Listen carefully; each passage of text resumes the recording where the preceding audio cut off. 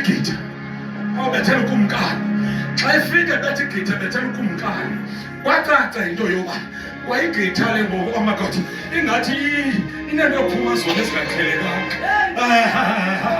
inento yophuma zona ezingaqhelekanga ngoba bethwa ngumntu ogxotyiwe. Thank you Lord Jesus.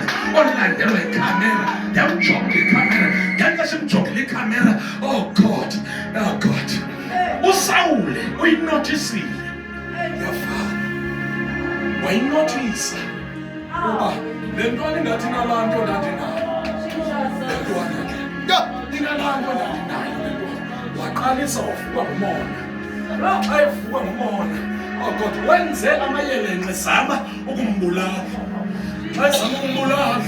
Thank you Jesus.